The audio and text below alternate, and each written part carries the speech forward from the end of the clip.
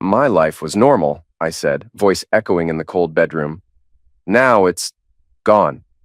I was alone, perched on the edge of our half-empty bed, staring at the wide, gaping closet. The left side, where my wife's clothes once hung, was stripped bare. Her blouses, her fancy dresses, the row of color-coordinated shoes, all vanished. The overhead light flickered, reflecting on the glossy floor that looked emptier than it had ever been. It started when I came home early from a business trip to Portland. I was actually excited. Managed to wrap up everything a day early, thought I'd surprise Dana. We'd been married 4 years, together for 6. I was 29 when we married, so that put me at 32 now, her at 31. That day, the excitement in me was a slow burn. I even hummed a tune on the flight, imagining how she'd run into my arms when I stepped through the door. Instead, her car wasn't even in the driveway, and the house was eerily silent. I called out, "Dana?" But the silence that answered felt suffocating. Then I walked into our bedroom and saw that half of our closet was empty. Not messy empty, like she was trying on outfits, but deliberately cleared out, methodically done. My hands shook as I pulled out my phone to call her, straight to voicemail. That's when the text came in. "I can't do this anymore. I'm moving in with someone more successful, someone who matches my ambitions. I'll have my lawyer contact you about the divorce." A dryness coated my mouth. I sat on the bed for what felt like an eternity, trying to piece together the last few months. She'd been making little comments about my lack of drive, about how I never compared to her coworker Christian's unstoppable success. His Instagram was full of business trips to Dubai, a Tesla, a summer house. She'd started networking more, staying out late, coming home smelling like cologne that wasn't mine. Looking back, it seemed so obvious. But I'd been blind, too comfortable in what I thought was a stable marriage. I didn't scream or smash dishes. Instead, I took 3 steps. Systematically, called Jared, my best buddy who happened to be a divorce lawyer, took photos and videos of everything, her missing items, the state of our home, sent her a single text, noted, "My lawyer will be in touch." Then I sank into a kitchen chair, poured myself 2 fingers of whiskey, and opened my laptop. I made lists, bank accounts, credit cards, passwords, our lease, the joint phone plan, everything that might come back to haunt me if I didn't handle it right.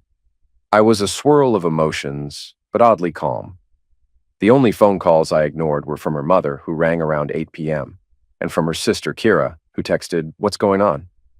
Notifications from Dana started around midnight, some frantic attempt to provoke me into an emotional meltdown, but it wasn't happening. By 3 a.m., I had a clear picture of our finances and a to-do list for the next day. Turned out the apartment lease was in my name, the utilities in my name, and ironically, she'd left her name on our joint accounts. Rookie mistake. There was a numbness in me, like a cold, sharp clarity. Instead of heartbreak, I felt only readiness. The next morning, I met with Jared to initiate the divorce.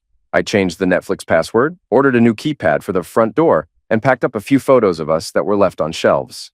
Funny enough, she'd left behind all her important documents, birth certificate, passport, social security card, in the fireproof safe.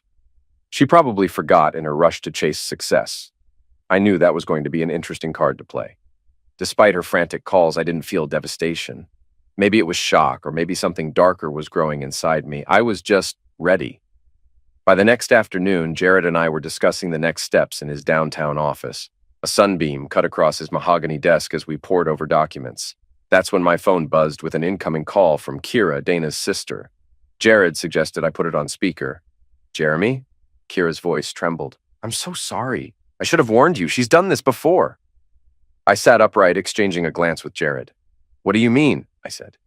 "Dana always claimed her last breakup was because the guy was emotionally unavailable."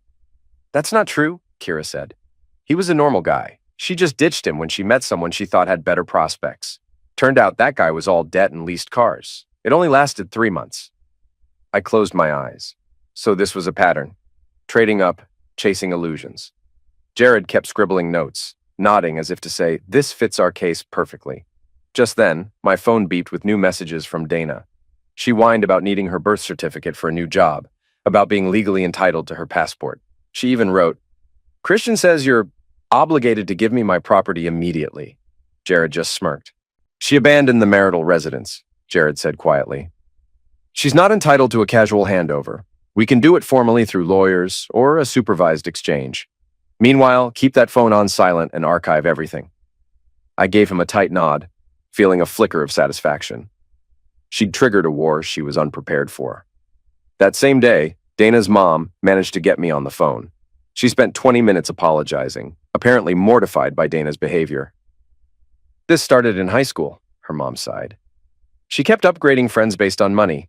I thought she'd grown out of it when she married you. When she found some stability, I'm so sorry. She's living in Christian's downtown apartment now, isn't she? I asked flatly. Yes, her mother said, sounding tired. He posts about it nonstop on social media, but it's all for show. His parents co-signed because his credit's too low to rent there. Dana thinks she's found this glamorous life. I can't talk her out of it. I gave a humorless laugh. She'll learn soon enough. Thank you, though. I appreciate the honesty. Hanging up, I felt a strange calm. Let them pretend. Let them plaster their highlight reel on Instagram. Soon, the truth would catch up. Over the following days, I put my life in order with ruthless efficiency. Changed every password, froze joint credit cards, got new door locks, updated the utilities to reflect only my name. I let her name remain on the old accounts, but those were all effectively locked down until the divorce was settled. Then the social media storm began. Dana's feed showcased her new life in Christian's sleek apartment. #blessed, #living my best life. Perfectly angled photos of cocktails, city lights, morning cappuccinos. But behind the scenes, as Kira informed me, the furniture was leased, the entire place basically staged. A bigger laugh came when I realized she was still using my credit card for that fancy gym membership. Once I froze the joint account, her membership ended. The next day, her social media posts shifted from morning workout selfies to long rants about toxic people controlling finances. The irony was so thick I could taste it. 2 nights later, I came home from a run to find Dana on my front steps, mascara streaking her cheeks. She looked up desperately when I approached. "Jeremy, please," she said, voice cracking. "Why won't you talk to me? I just need my documents," and I brushed past, unlocking the door. "All communication goes through lawyers," I said coolly, stepping inside. Then I shut the door on her pleas. She stayed there 2 hours, switching between crying and raging text messages. I monitored everything on my new security camera, feeling only a cold, twisted satisfaction. Eventually, her phone battery died. She left, cursing my name. That night, I packed the last of her items, found an old journal from when we started dating. Didn't read it, just tossed it in a box. The version of her who wrote those pages didn't exist anymore, if she ever had. A week later, her lawyer finally reached out. We arranged a meeting in Jared's office. Dana showed up wearing a designer dress, trying to look upscale, but I recognized it from her last few Instagram posts. She'd repeated it multiple times this week, suggesting maybe she was low on options. Her posture screamed arrogance, though. She glared at me across the conference table. Jared and I sat on one side, she and her lawyer on the other. The tension was palpable. "Good afternoon," Jared said. "Let's begin." Dana's lawyer tried to keep it formal, discussing the separation of assets. But halfway through, Dana snapped. "I want immediate access to my documents," she said. "He's holding them hostage." Her lawyer winced, clearly not having been briefed on her outburst. Jared remained calm, sliding some printed screenshots across the table. Dana's own social media posts bragging about leaving the past behind, moving in with Christian, plus the text confirmations that she'd walked out. Combined, they painted a picture that she'd abandoned the marital home and was now living openly with another man. "We can schedule a supervised exchange of those documents," Jared said. "But since Miss Dana abandoned the residence without notice, we'll do it via proper channels. She can't just demand them on a whim." Dana's eyes filled with fury. "You can't do this, Jeremy," she said, turning to me. "Christian said—" I raised a hand, cutting her off. "If Christian has legal advice, he can share it through your counsel. Otherwise, I'm not interested." Her lips trembled with anger. Her lawyer tried to salvage the discussion. Ultimately, we agreed to do a property exchange next week, with lawyers or an officer present. Meanwhile, we hammered out some preliminary divorce steps. Dana kept shooting me daggers, but I felt only a grim thrill. That same week, my job recognized how I'd stepped up during a project crisis. I got a promotion, a modest title bump, better pay, more flexible hours. Ironically, all while dealing with the unraveling of my marriage. I also found solace in the gym, dropped some weight, built some lean muscle. My trainer, Marcus, introduced me to one of his friends, Adrian, a pediatric nurse who had a penchant for horror movies and dumb puns. We hit it off.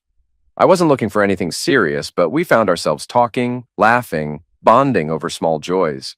She was the polar opposite of Dana. No obsession with status or big, flashy lifestyles. Meanwhile, I heard from Kira that Dana's perfect new life was hitting snags. Christian faced potential layoffs at his company, was behind on rent, had a Tesla repossessed, maxed out credit cards. The illusions were crashing fast. A surreal sense of calm filled me. I was moving forward, leveling up at work, meeting new people, discovering I was more than her stepping stone. But part of me still burned for deeper revenge. Something in me whispered, they deserve worse. Kira called now and then, giving me tidbits about Dana's meltdown. One day she said, Christian's ex-wife contacted me. Apparently Christian's not even fully divorced. He has a pattern of hooking up with women to mooch off them. Dana didn't know. She's freaking out. I let out a low laugh. Sounds like karma. A few days later, I was grabbing sandwiches with Adrian downtown when Dana walked in with a friend. She spotted me, paused, her eyes flicking to Adrian, who was giggling at one of my silly stories. Dana lingered by the counter, pretending to read the menu for a good 20 minutes. I kept chatting with Adrian, making sure to laugh casually, leaning in. I glimpsed Dana's reflection in the glass display. She looked both furious and confused. She left without ordering, shooting me a venomous stare. That night, texts from her flooded my phone. I can't believe you moved on so fast. Who is she? We need to talk about us. I made a mistake. I forwarded them to Jared, then turned off my phone and finished a movie with Adrian. The next morning, Dana showed up at my workplace, disheveled, clutching a Starbucks cup.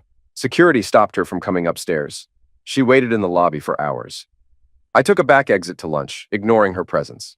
Later, her mother called me, saying Dana planned to move back home because Christian was a disaster. I just shrugged it off. I hope she finds what she's looking for, I said, then hung up. I realized I no longer felt vengeful or bitter, or so I thought. A supervised exchange for her documents and remaining belongings was scheduled at Jared's office. The day arrived. I showed up early with a box of her leftover clothes, the old journal, plus her birth certificate and passport in a sealed envelope. Adrian offered to come, but I told her it'd be too dramatic. Better I face this alone. At 2:15 p.m., Dana burst in, no lawyer in sight, Christian trailing behind, sporting a wrinkled suit that still had a rental tag half sticking out. Jared's secretary promptly called Dana's lawyer, who claimed he wasn't informed about this date. Red flag. The tension in the waiting room skyrocketed. Just give me my stuff, Dana snapped, reaching for the box. Jared quickly intercepted. We need your lawyer present before we finalize anything, Miss Dana. That's when Dana exploded, voice rising to an almost shriek. You think you're so smart playing these little games while I'm trying to rebuild my life? Did you enjoy watching me struggle? Was this your plan all along? I kept my voice steady. No plan, just consequences. Christian puffed up his chest. You're jealous because she upgraded. Some of us actually have ambition. I couldn't resist a barb. That's why your Tesla got repossessed, right? His face burned with anger. Dana's turned a deep shade of red. At least he has goals. All you ever cared about was your boring life. Christian shows me off, takes me places, isn't ashamed to post about our love. How's he paying for those fancy posts? I said quietly. Christian lunged forward, snarling, You don't know anything. Security hustled over just as Jared's assistant called for them. They escorted Christian back. Meanwhile, Dana switched tactics. Tears. She fell to her knees, mascara trailing down her cheeks. Jeremy, please, she sobbed. I messed up. I miss our life. Christian's apartment is being foreclosed. I have nowhere to go. I stared into her desperate eyes, recalling that text from months ago. Someone more successful. My voice was hollow. Should have thought of that before leaving me for bigger fish. She let out a choked scream. You heartless bastard. I gave you the best years of my life. I could have had anyone, but I settled for you. That's why I'm letting you go, I said calmly. So you don't have to settle anymore. Security finally dragged them out the glass doors. Outside, I saw them arguing in the parking lot. Christian waving his arms, Dana shrieking. A twisted satisfaction coiled in me, but it wasn't enough. A part of me wanted to see them ruined beyond measure. That evening, I got texts from Dana's mother scolding me for humiliating Dana in public. She called me cruel, said Christian claimed I was practicing financial abuse. I rolled my eyes. Then, a late-night phone call from Dad, who, ironically, was also disappointed in me for stooping to their level. I started to wonder, was I going too far? Then I remembered the betrayal, the illusions, the smug attitude. No, they deserved worse. Enough, I whispered to myself, pacing my living room. I realized that, despite my outward calm, inside me a savage thirst for retribution was building. I wanted them to feel not just the pinch, but the full destruction of their illusions. I called Jared. I have some evidence, I said, voice trembling with dark excitement. Financial stuff, possibly fraudulent, Dana forging my signature on small bank transfers, Christians scamming. Think we can push that? Jared sighed. Jeremy, we can file a complaint, sure. It might lead to an investigation. Are you sure you want to go down that road? I stared at the silent living room, the ghost of my marriage. Yes, I said coldly. I want them to burn. Within days, Jared quietly submitted evidence of possible forgery to the authorities, plus an anonymous tip about Christian's suspicious finances. Meanwhile, I took a step that even Jared cautioned against, reaching out to Christian's ex-wife. Through a friend of a friend, I got her contact. We had a brief phone call. I heard you might have had issues with Christian, I said, carefully. She let out a bitter laugh. He left me with thousands in debt. He was never the success story he pretends to be. Why? Because he's now scamming my ex-wife, essentially, I said. Any chance you have proof of his old stunts? She emailed me some old documents, credit card statements, messages, enough to paint a picture of a habitual con man. I forwarded it to Jared, along with a note. Use this if needed. Jared's response, you're playing with fire. But understood. Yes, I was. And it felt good. Over the next month, everything I'd set in motion came to fruition like a symphony of destruction. Christian defaulted on rent again, prompting eviction. The staged furniture was repossessed. He and Dana ended up squatting in a cheap motel or possibly at her parents' house. She posted on social media about hitting rock bottom, blaming me for ruining her life, claiming I withheld crucial documents so she couldn't get a new job. I watched from a distance, unmoved. Kira told me that the investigation into Christian's finances had begun. He might be facing lawsuits from old victims. Meanwhile, the divorce papers were nearly finalized. Dana's meltdown escalated. He manipulated me into leaving, she wrote online, painting herself as the victim of my neglect. Our mutual friends, those who once pitied her, turned skeptical upon seeing contradictory evidence. And me? My career soared. I'd found new strength, new confidence. Adrian and I grew closer. She offered a warmth and sincerity that reminded me life could be kind. But a piece of me still reveled in the cruelty of it all. They messed with the wrong man. A final hearing arrived for the divorce. A formality. The judge, having seen the evidence of Dana's abandonment, the documents, and her own public confessions, ruled overwhelmingly in my favor. I got to keep the apartment, the lion's share of assets. She was granted none of the spousal support she'd demanded. I watched her face contort in despair as the judge read the terms. Afterwards, she tried to catch me in the hallway. Jeremy, she pleaded, eyes brimming with tears. I have nowhere to go. Christian's facing charges. My parents are fed up. Can't we just talk? I met her gaze with ice-cold contempt. Talk? You want pity after you betrayed me for a man you thought was better, she sniffled. I was stupid, okay? You were always stable, but I got caught up in Christian's illusions. I regret it, I sneered. Regret doesn't erase the months of insults, your mother's arrogance, Christian's taunts. You chose your path. Now live with it. She collapsed into sobs, but I turned and walked away, letting the echo of my footsteps be her only response. That night, I ended up at Adrian's place, where she tried to comfort me. But a darkness lingered in my chest. My revenge was nearly complete. Yet I still felt an emptiness.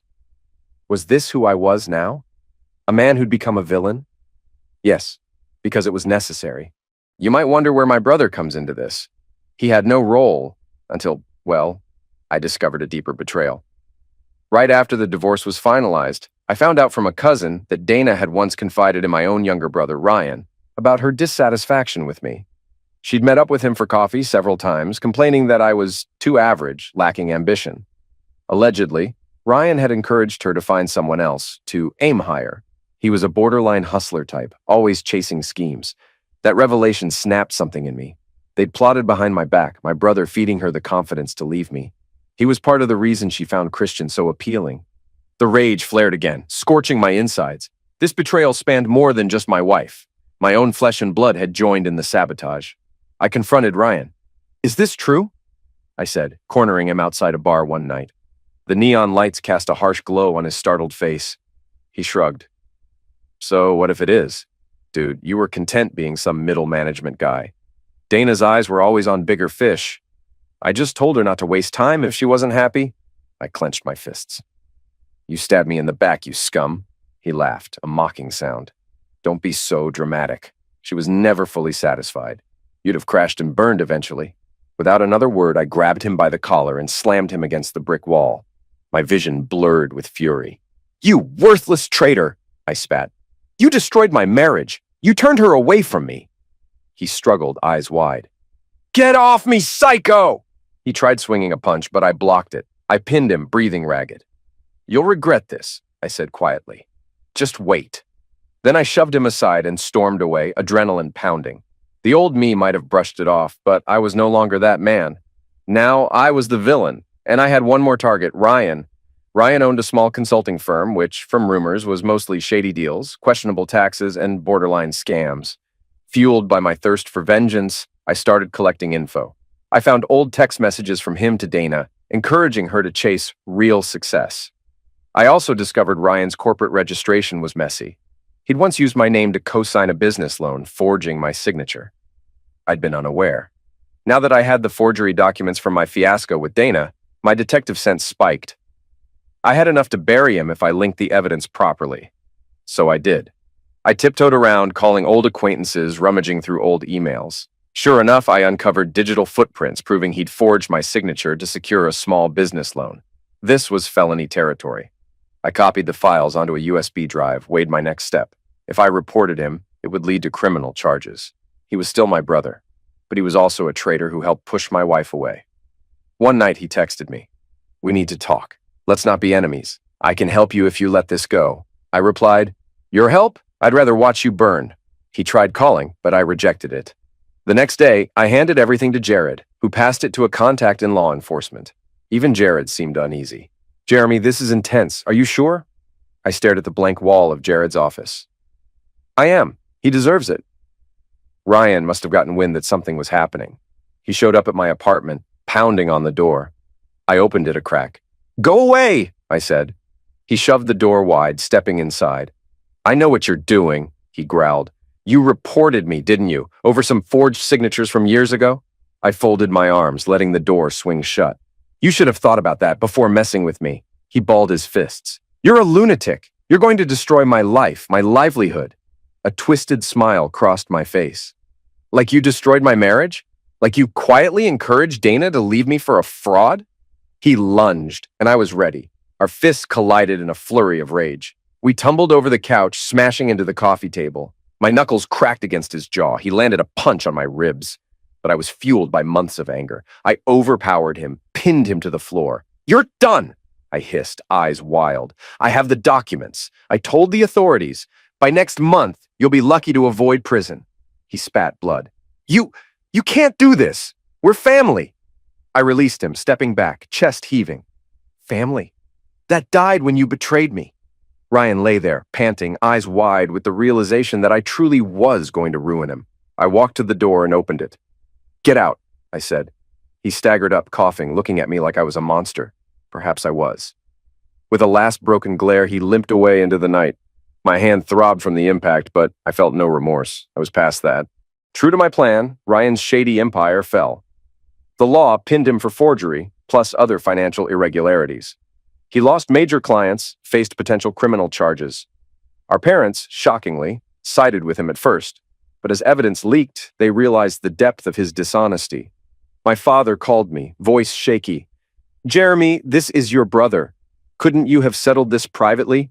I smiled bitterly. He didn't just cross a line, he destroyed me from within. This is the consequence, Dad sputtered. But he might go to prison. That's on him, I said coldly, then hung up.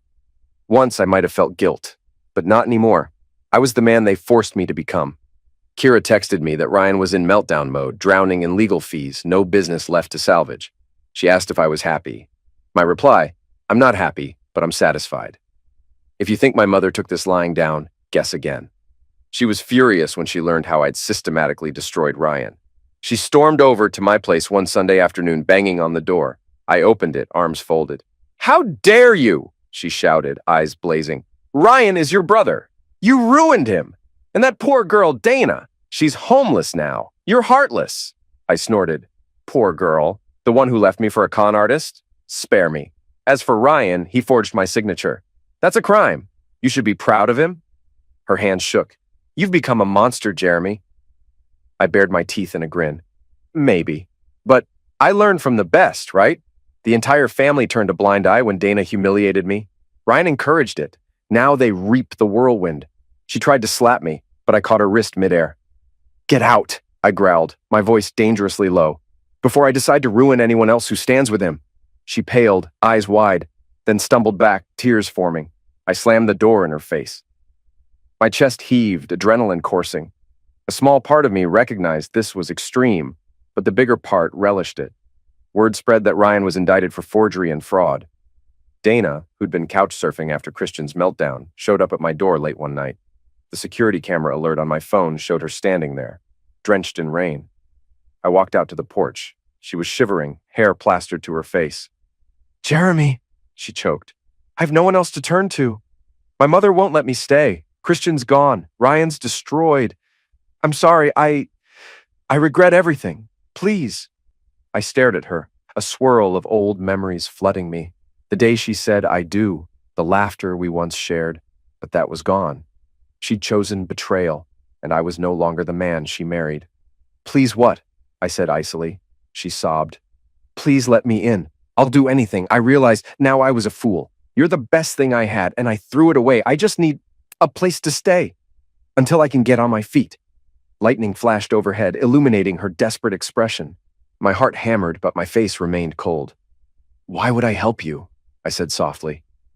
She sank to her knees on the wet porch. "Because you were never cruel before. You were good, you loved me. Somewhere in there, the Jeremy I knew is still alive." A flicker of something stirred in me, but I crushed it. "That Jeremy died when you spat on our marriage." Her lips quivered. "People told me you turned into a villain. I see it now, but I'm begging you." I inhaled, letting the thunder roll. "If I open this door," I said, "it won't be for your comfort. Understand?" She blinked, confused. "What do you mean?" I gave a cruel smirk. "I could let you in, make you do humiliating chores, repay me in ways you can't imagine. I could degrade you until you break. Is that what you're asking for? Because I'm not the same man." Her eyes widened in horror. "You can't mean that. You wouldn't." I leaned forward, voice low. "You wanted me to be a real man, a powerful man. This is who I am now. If you think you can handle that, come inside. Otherwise, get lost." She stared at me, tears mingling with rain. Then, with a trembling breath, she fled down the driveway into the storm. I watched her vanish, heart pounding. I almost felt relief. I'd tested myself, confronted my darkness, and she ran. Good. In the aftermath, the legal wheels turned. My divorce was fully finalized, awarding me the apartment, the majority of assets, and zero obligations to pay anything to Dana. Ryan faced trial for his forgeries, possibly looking at time behind bars or at least heavy fines. My mother disowned me, calling me a demon. I shrugged it off. Adrian noticed my darkness. One evening, she asked quietly, "Are you okay? You seem so on edge, like you're carrying a lot of hate." I sighed, staring at the city lights from her balcony. "They tore me apart, Adrian. They betrayed me. I had to do what I did. But sometimes I wonder if I lost too much of myself in the process." She touched my hand gently. "It's okay to let go of the anger. You got your justice. Holding on might just poison you." I nodded, though a part of me found it hard to let go. The vengeance had become my new identity, and I wasn't sure how to revert. But I wanted to try, for her, if nothing else. Months passed. Ryan's sentencing came. He got probation plus massive restitution fees. He slunk away to live with my parents, who were furious at me but had no choice but to host him. Dana ended up drifting, presumably living with her mother again. Rumor said she found a low-paying job, spent nights crying over how she destroyed her life. Christian? Possibly facing separate lawsuits, or maybe he ran off to another city. As for me, I soared at work, found a quieter happiness with Adrian. We moved in together eventually, got a pair of cats, real living creatures that brought genuine joy. No illusions, no Instagram fantasies. And in the silent hours before dawn, sometimes I recalled the version of me that once existed. Naive, hopeful, trusting. That man was gone forever. In his place stood someone who had orchestrated a thorough downfall for everyone who wronged him. Did I regret it? Sometimes. But then I'd remember the heartbreak, the sneers about my lack of ambition, the betrayal from my own flesh and blood. The rage would simmer again, reminding me why I became this. If that made me a villain, so be it. They started this war. I finished it.